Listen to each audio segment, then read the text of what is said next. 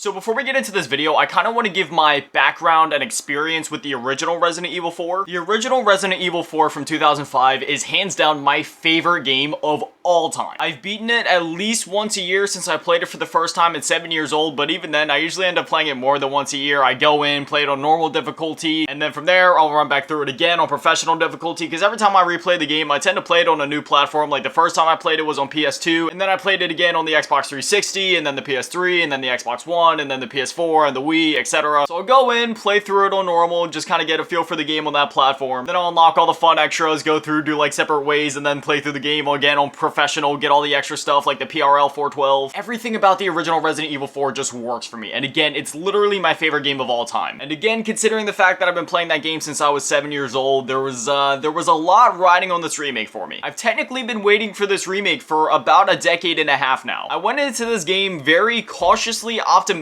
even though I knew deep down in my heart it was gonna be good. I mean, that's just what Capcom has been doing in recent years. Like, they've only been releasing amazing, phenomenal games. And I'm very happy to say that they absolutely nailed this remake. This remake is perfect. Am I saying that the game itself is necessarily perfect? No, I can't say that, because really when I think about a perfect game, the perfect game is subjective. So for me, Resident Evil 4 and Resident Evil 4 Remake, in my opinion, just when it comes to my enjoyment of the game, is a perfect game. I don't really care about objective perfection when it comes to video games, because again, when it comes to the conversation of whether a game is perfect or not, that's a pretty subjective opinion. So you can't really objectively call something perfect, because every person is going to find different flaws throughout a game, and different people are obviously going to have different enjoyment levels for games. But for me personally, just as a huge fan of the original that would consider the original to be a perfect game, the remake, in my humble opinion, subjectively, is a perfect game. When I say a game is perfect, I mean that there is nothing I would add to the game, there is nothing I would take away from the game, there is nothing that I would change about the game. It is perfect the way that it is. That's what I mean. And furthermore, just when it comes to my enjoyment level, I find the game to be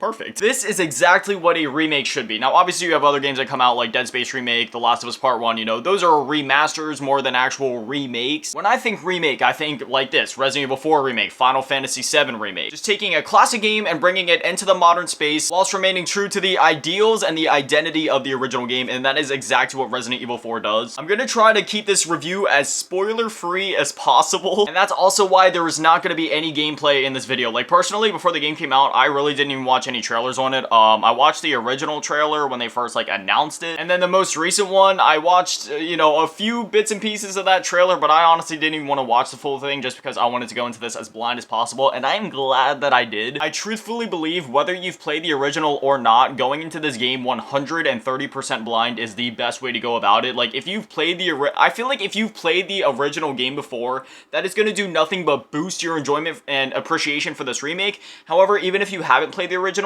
you can most certainly enjoy and fall in love with this remake. And again, keep in mind, I do not say these words lightly. I have been playing the original game year after year for about a decade and a half at this point. So if you were even thinking about or considering buying this game, do yourself a favor and please buy the game. Please play it. I always hate the conversation around, oh, modern AAA gaming sucks. It's so dead. Nothing interesting is coming out.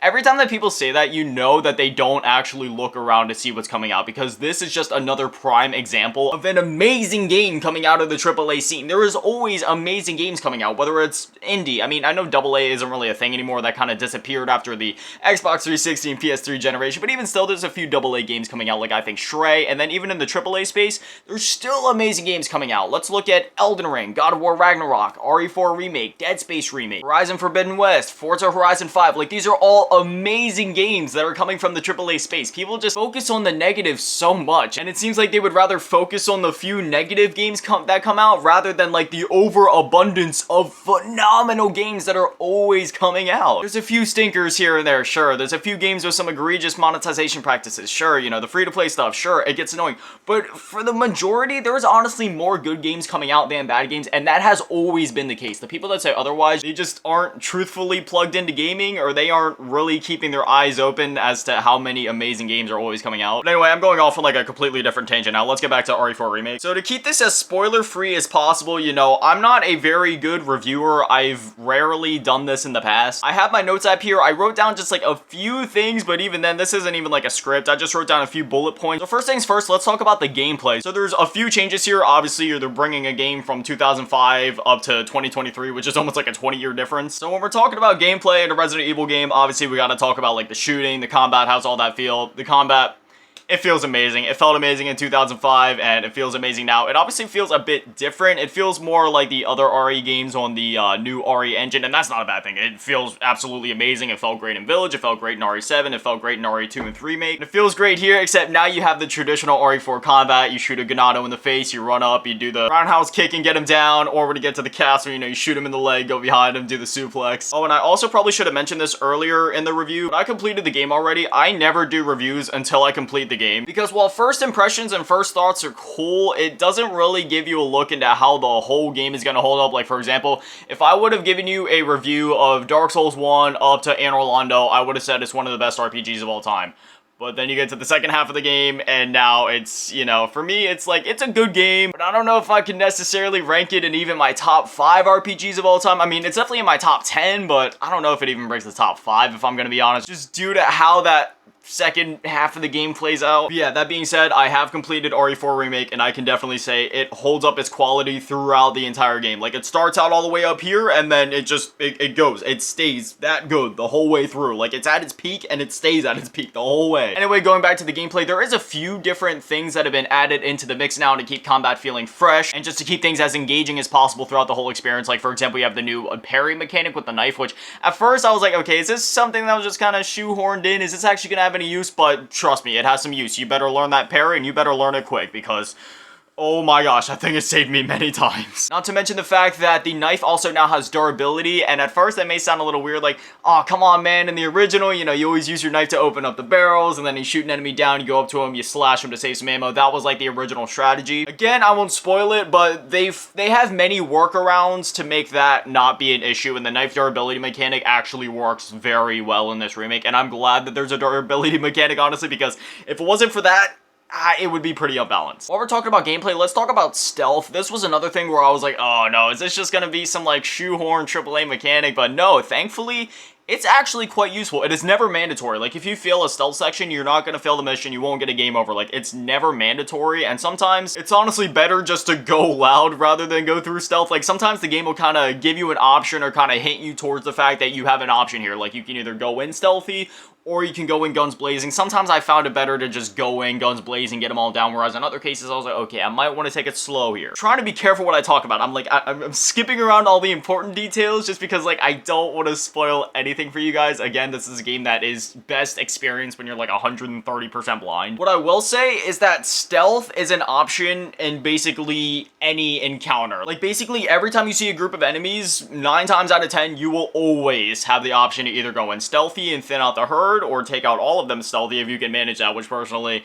I only did that like once. Or you can go in guns blazing. Personally, I found myself doing a mix of the two. I go in a little stealthy, try to take out a few, thin out the herd a bit, and then when, you know, there's Ganado catches me, he goes, oh, no, battle, and then I'm like, ah, shit, I'm dead. Another thing worth noting is the graphics, which, you know, it's obvious. The graphics are absolutely amazing. We're at that point with gaming where, like, basically every AAA release that comes out, whether it has a designated art style or whether it's going for, like, you know, realistic graphics, they all look really good, let's be honest. Games like this and God of War, like, they basically look like movies at this point. There were seriously parts when I was playing RE4, and mind you, I'm playing on a PS4. I'm not even on a next-gen console, but I was honestly mistaking some parts of the game for real life. If even on a PS4 it looked that good, I can only imagine what it would look like on like a PS5, a Series X, or a high-end PC rig. Another thing worth noting is the soundtrack. The soundtrack is very faithful to the original. It is not identical. It was not ripped straight from the original and brought into here. It's more or less just like, it's the same soundtrack in a way. Like, most of the tracks convey the same feelings, however, there is different structures to the music. Some of them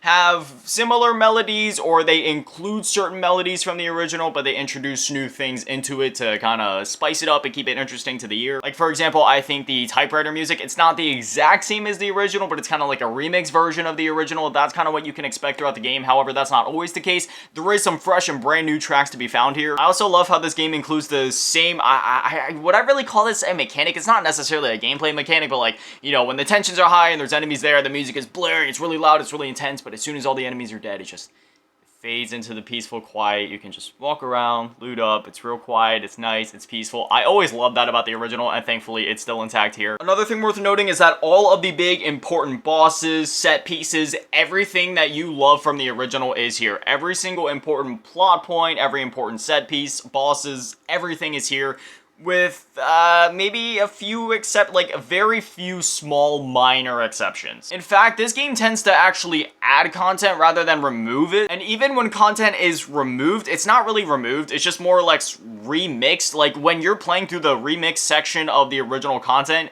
you can tell that it's a remix of the original content, and you can tell exactly what moment they are trying to replicate, and it works. In fact, there was one particular case where I actually preferred the remix version just due to a certain puzzle from the original game that I'm glad that they switched up for the remake. Another thing worth noting is that sometimes different events happen at different times and with different people. So for example, you might encounter a certain boss before a set piece when in the original game it would have happened in the opposite order, like small stuff like that. And furthermore, some of the original set pieces have had new mechanics and twists thrown onto them just to make it feel like, again, like a totally new experience. Also, certain events that were only in cutscenes before are now actually playable and have you interacting with the set piece that is happening. And again, this remake throws in even more set pieces, and there's even like new bosses to be found in this remake. Another thing I love about this remake is the fact that literally every single character in the cast gets more time to shine, they get fleshed out more, they get more backstory. Leon and Ashley's relationship has more time to develop and grow, and you can see them like slowly bond and get, you know, closer and closer as the game goes on, and I absolutely loved that. Honestly, some of my favorite parts of this game were just the cutscenes when it got real quiet and Leon and Ashley were just sitting there and talking. Like,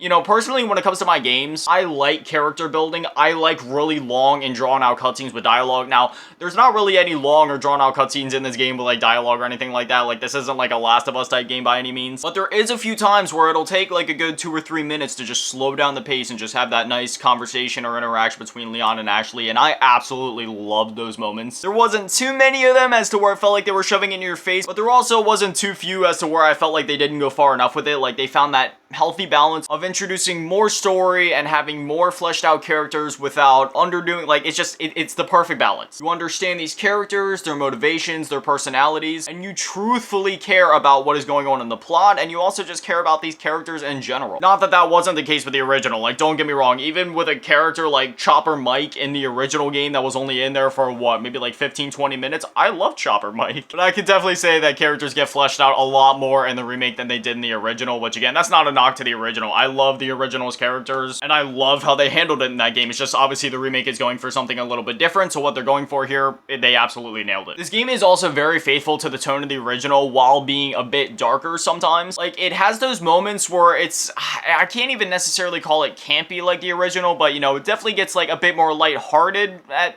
certain points. However, for the most part, I must say, like, in terms of tone, the game definitely is a bit darker than the original, like, by a good margin. However, with that being said, it still finds a way to be very faithful to the tone of the original. It's really hard to explain. Like I said, this is a game that you really need to play to experience and understand what I'm talking about here. But once again, it just strikes the healthy balance of being perfectly faithful to the original. Another thing to remember about this game is this isn't trying to be a one-to-one remake of the original. This is trying to be a retelling of the original. Brought it up to a modern audience with the modern spin. I know most people, when they hear bringing it to a modern audience, they go, oh god, they're gonna ruin the game. But no, like, when I say that, I just mean, like, you know, they brought it from old hardware to new hardware. They didn't, like, sacrifice the tone or quality or the game or anything like that to fit into any sort of agendas, we'll call them. No, they just brought it to a modern audience, they brought it to modern hardware, and they did it perfectly. So again, when I say bringing it to a modern audience, don't get the wrong idea here. Like, they didn't ruin it by any means. They didn't do anything, you know, crazy like certain other AAA developers do. They just took the game, retold it, brought it to modern hardware, and that was it. They didn't mess with the actual, like, core of the game or the story or change anything important. Just a few last final points I want to touch on before we wrap up this review. Ashley and her AI have been improved significantly. It's not like the original where every 30 seconds she's going,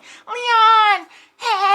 help. Like, it's nothing like that now. And it's also a lot harder in the remake for there to be collateral damage between when you're trying to shoot like a Ganado and then she gets in the way and you end up capping her. Like, that happened to me so many times in the original, but that did not happen like at all in this remake. I'm pretty sure it literally only happened to me like one time in the remake, and that was simply my fault just for my aim being trash at this one very particular part in the castle. Yeah, Ashley actually like ducks. She gets out of the way. Like, I know she ducked in the original, but you know, with it being on more modern hardware, there's obviously room for like improved animations and fluidity between animations, and yeah, it's a lot more fluid now. She like ducks, she gets out of the way. Like, she's always gonna be doing her best to stay out of your line of fire, so you won't, even if you're being reckless, you probably will have a hard time hitting her. And surprisingly, she can kind of fight for herself sometimes. She can actually be helpful in certain encounters. Again, it's nothing that I'm gonna spoil here, but she ends up helping you a handful of times. One last thing I wanted to touch on is that, again, this game isn't trying to be a one-to-one remake, and I found there was like this cool dynamic almost for like the first third of the game when you're in the village. It feels very faithful to the original. Like, there's a few spins and twists here and there and a few things that happen in different ways, but for the most part, it's pretty faithful. Then you get to the middle section, like the castle, and by the way, this isn't a spoiler. I mean, even if you haven't played the original, like, this is just the structure of the game. Like, basically everybody knows this, even people that haven't played RE4. So if this is considered a spoiler, then I'm sorry, but then you get to the middle section of the game, like the castle, and surprisingly, it is actually a lot different from the original. I feel like the middle section of the game was the most different from the original. Like, this felt just like basically a new game with the important plot points, set pieces, and events from the original playing out in a remixed fashion. But again, it completely worked for me. I absolutely loved it. And then the island kind of felt like a healthy blend of both old and new. It was just this cool dynamic of, you know, the first third, it's very faithful. The second part tries to go off and kind of do its own thing, but again, it absolutely nails it. And then you get to the third part, the island, where it's like, it's a blend of the two. It tries to do new stuff, tries to do old stuff, and I absolutely loved it. Anyways, I've been blabbering on long enough. We'll wrap up this review. If you haven't bought the game yet, or if you were thinking about it, please do. Please play it. Do yourself a favor. Also, if you haven't played the original, I would recommend playing the original before the remake. It just might help you appreciate some of the smaller and finer details in the remake just that much more. But, you know, if you don't have that kind of money to be throwing out like $60 to $70 on the RE4 remake and then like another $20 on the RE4 original on Steam or PS4 or Xbox One,